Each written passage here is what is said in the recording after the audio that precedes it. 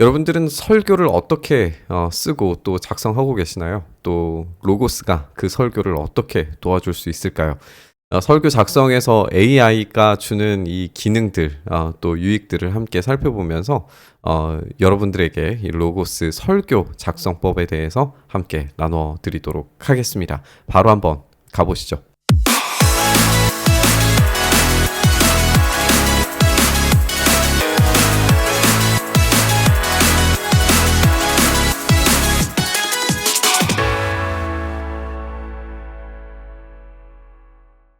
네, 설교를 일단 한번 작성을 해보도록 하겠습니다.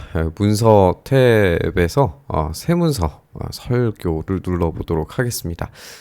위쪽 탭을 보시면 설교에 이제 어시스턴트 기능이 있습니다. AI 기능이 되는 건데 여기에 이 설교 어시스턴트 이 별표를 눌러보시면 개요, 예화, 질문, 적용 이렇게 네 가지 탭에서 도움을 받으실 수 있습니다.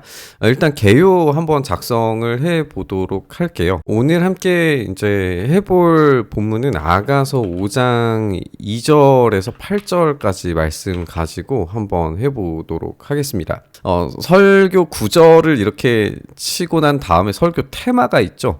여기 설교 테마에 조금 더 내용들을 자세하게 기록하는 게 이 답변을 자세하게 또 정확하게 나오게 만드는 데 도움이 됩니다. 그래서 대충 쓰는 것보다는 좀 자세하고 디테일하게 명령을 내리는 게 좋을 것 같아요. 그래서 이제 설교 테마를 좀 한번 적어보도록 하겠습니다. 여기에서는 이 정체성에 관련된 이야기를 나누고 싶다 한번 써보도록 할게요. 정체성과 관련한 이야기를 나누려고 함. 하나님께서 사랑하시는 신부로서의 교회 그리고 그 정체성을 잊지 않는 것이 중요하다는 사실을 강조하려고 함. 이렇게 명령어를 한번 써보도록 할게요. 여기 개요의 수가 있는데 이 개요의 숫자에 따라서 얼마나 자세하게 이제 개요들을 나누고 또 이제 분류할 수 있을지 한번 살펴보도록 하겠습니다. 저는 이제 대략 한 4개에서 5개 정도 이 설교 본문을 작성할 때 한 4개에서 5개 정도 작성을 하는데 한 5개 정도로 해보도록 할게요. 그리고 청중을 성인, 청소년, 어린이 이렇게 되어져 있는데 저는 성인만 하더라도 충분한 것 같아서 한번 생성을 눌러보도록 하겠습니다. 그럼 이제 개요를 이제 만들어줘요. 그리고 이 개요를 여러 가지 버전으로 만들 수가 있습니다. 이렇게 지금 개요를 나눠줬어요. 그래서 사랑의 소리, 섬세한 손짓, 또 신뢰와 실종, 사명 속의 실현 이런 방식으로 이제 쭉쭉 사랑의 선택까지 이렇게 절별로 나누어서 아이디어를 나눠주는 걸 보게 돼요.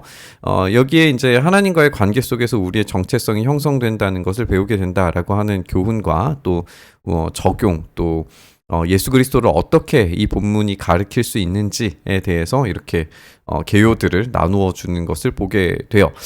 근데 좀 마음에 들지 않는다 하면은 다른 답변 생성을 눌러보면은 이제 새로운 개요를 다시금 만들어 줍니다. 다시 만들어준 개요에서는 조금 더 이제 이 사랑의 전파까지 이렇게 나오게 되는데 그다지 썩 이렇게 마음에 들지 않을 수 있잖아요. 그러면 이제 이것을 바로 적용하기보다는 여기 설교 테마를 좀 바꿔보도록 하겠습니다. 설교 테마를 조금 더 이제 짧은 걸로 한번 구성을 해볼게요. 신부로서의 예수님의 신부로서의 정체성 그리고 잠에서 깨어나야 각성된 신앙 이런 걸로 한번 다시 만들어 보도록 할게요. 각성의 긴급함, 각성의 용기, 각성의 열정, 각성의 고난, 또 각성의 나눔, 이런 식으로 이제 나누어 줬네요. 여기서는 이제 각성이라고 하는 이 측면에서 정체성과 각성에 대한 이야기를 가지고 나눴습니다. 그나마 좀 제일 그럴싸한 것 같아서 이거를 한번 삽입을 해보도록 하겠습니다. 이렇게 삽입을 해두면 여기에서 이제 이 첫 번째 이 내용이 제목이 되겠죠. 그래서 제목으로 한번 올려보도록 할게요. 그리고 성경 구절을 이렇게 뒷부분에 다루게 되는데 여기에서 이 본문 안에서도 이 본문이 좀 읽을 수 있도록 해주면 좋겠죠. 그래서 아가서 5장 2절 8절을 문장 내 삽입 또는 본문 단락 삽입하려면 이 커맨드 엔터를 누르면 이렇게 바로 밑에 삽입되게 된 걸 보게 됩니다. 저는 그 세번역 성경으로 지금 사용하고 있어서 세번역 성경으로 되어져 있지만 이것을 개역 개정판으로 이제 바꿀 수도 있고 또 ESV 판으로 바꿀 수도 있고 또 여러 가지 버전으로 이제 참고하실 빠르게 보실 수 있는 본문으로 바꾸실 수도 있습니다. 그리고 이제 이런 내용들을 쭉쭉 이제 볼 수 있는데 여기에서도 마찬가지로 문장 내 삽입하면은 곧바로 이 단락 내에서 본문을 읽고 그 밑에 이제 주해를 달고 내용을 쓸 수 있는 이런 기능들이 바로바로 이어질 수 있습니다. 이제 일반적으로 한글을 사용하거나 이제 다른 텍스트를 사용하려면 이런 식으로 사용을 하시죠. 요한계시록 3장을 이제 찾아서 요한계시록 3장 뒷부분에 있는 볼지어다 문 밖에 서서 기다린다 이런 이 말씀과 이제 연결을 하려고 하는 건데 3장 20절 말씀을 이렇게 긁어다가 여기에다가 붙여넣기를 할 수 있겠죠. 이렇게 그러면 이제 이 절 표시도 지금 안 돼 있고 이게 어디인지 무슨 본문인지 이렇게 분명하지가 않게 되겠죠. 또 다른 방법으로는 이제 성경 구절 복사라고 하는 게 있어요. 저는 그걸 커맨드 9번으로 저장을 해뒀는데 성경 구절 복사로 해서 요한계시록 3장 20절을 한다고 해봅시다. 그러면 여기에서 복사를 누르고 다른 어떤 텍스트 편집기에서 컨트롤 V 하면 이런 식으로 이제 붙게 될 거예요. 근데 이 설교 탭에서는 그냥 요한계시록 3.20 하면은 바로 이렇게 인용이 됩니다. 이런 부분이 이제 편하죠. 그래서 저는 문 밖에 서서 두드리고 있다라고 하는 것과 지금 잠들어 있는 각성의 긴급함이 예수님의 부르심을 받지만 대답하기에 더딘 모습을 보이는 우리의 모습과 이제 연결된 이야기로 함께 나눠 보려고 해요. 그래서 여기에 계시록 3장 20절 말씀을 이렇게 삽입을 해 보도록 하겠습니다. 이런 식으로 쭉 설교를 작성을 했다라고 한번 해 봅시다. 근데 이제 설교를 작성하다 보면 개요마다 이제 앞뒤로 오가면서 어떤 내용이 있었는지 좀 헷갈릴 수 있잖아요. 여기 이 세 줄 탭을 눌러 보면은 개요를 나눠두는 걸 볼 수가 있어요. 그래서 각성의 용기 탭에서 무슨 내용이 있었지, 그리고 뭐 나눔 탭, 고난 탭, 뭐 이제 길게 쓰면 길게 쓸수록 이제 그 앞뒤 문장들을 확인하는 데 있어서 이 개요 수준을 이제 확인해서 바로바로 이동하도록 만드는 게 굉장히 편리하겠죠. 이제 이야기를 쓰다가 좀 예화가 필요하다 싶으면 여기에 이제 예화의 아이디어를 쓸 수 있어요. 물론 이 아이디어를 AI로 얻는 게 그렇게 큰 유의미한 도움을 받을 수 있을까, 이제 작성하시는 분들마다 좀 다를 수는 있겠지만 저는 개인적으로 이제 예화에 대해서는 역사적인 것, 또 성경 가설적인 거는 웬만하면 이제 쓰지 않고 좀 더 이제 진지하게 역사에 관련된 이야기만 좀 적용하는 편입니다. 잠에서 각성함으로 문제를 해결한 이야기, 이렇게 한번 써보죠. 생성 눌러보겠습니다. 여기에서 이 이야기를 한번 좀 생각해 볼 필요가 있을 것 같아요. 이 미켈란젤로에 대한 이야기인데요. 이걸 여기에서 이제 삽입해 보도록 하겠습니다. 맨 마지막에 있는 본문에다가 한번 삽입을 해 볼게요. 여기에 삽입 버튼을 클릭을 하면은 곧바로 이제 예화에 대해서 이렇게 삽입을 해줍니다. 그리고 삽입도 이제 이 수준 표시가 되어져 있어서 이게 삽입된 이야기다, 문장이다라고 하는 것을 곧바로 알 수 있도록 이렇게 줄로 표시되어져 있는 것을 보게 돼요. 이런 기능들을 한번 참고해서 사용해 보실 수 있을 것 같아요. 또 다른 이제 AI 기능 중에 잘 사용하는 것은 역시 질문에 대한 거예요.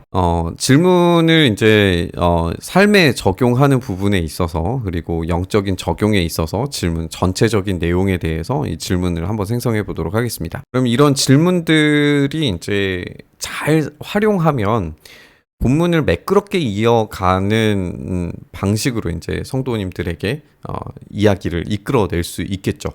이런 질문들을 계속해서 던짐으로써 이제 청중들로 하여금 질문을 생각하게 만들고 거기에 대한 답변을 또 줌으로써 이 본문에 더 깊이 들어가게 만드는 아주 자연스러운 장치로 사용할 수 있을 것 같아요. 당신이 맞닥뜨린 고난이 예수님과 관계에서 어떻게 영향을 주게 될까요? 이러면서 이 관계에 대한 이 부분을 가지고 또 이제 왜 각성해야 되는지에 대해서 이야기를 나누게 되는 이런 연결고리들로 한번 사용을 해보는 것도 좋을 것 같아요.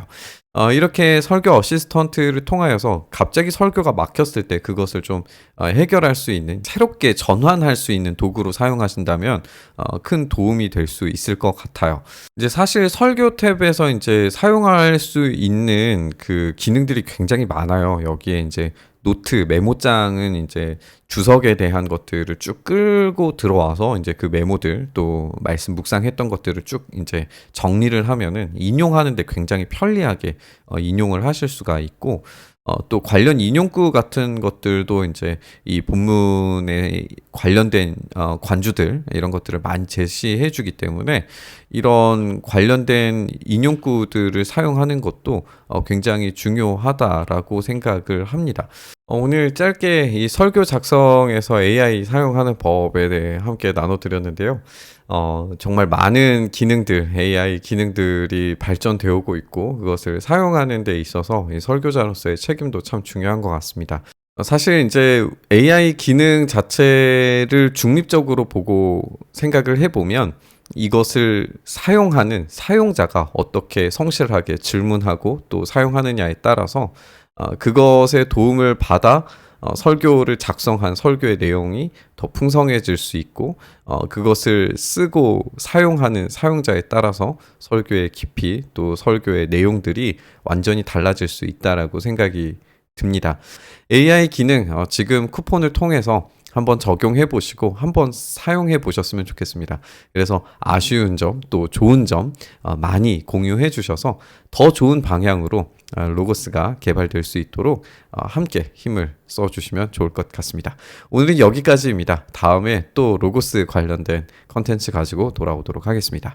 시청해 주셔서 감사합니다.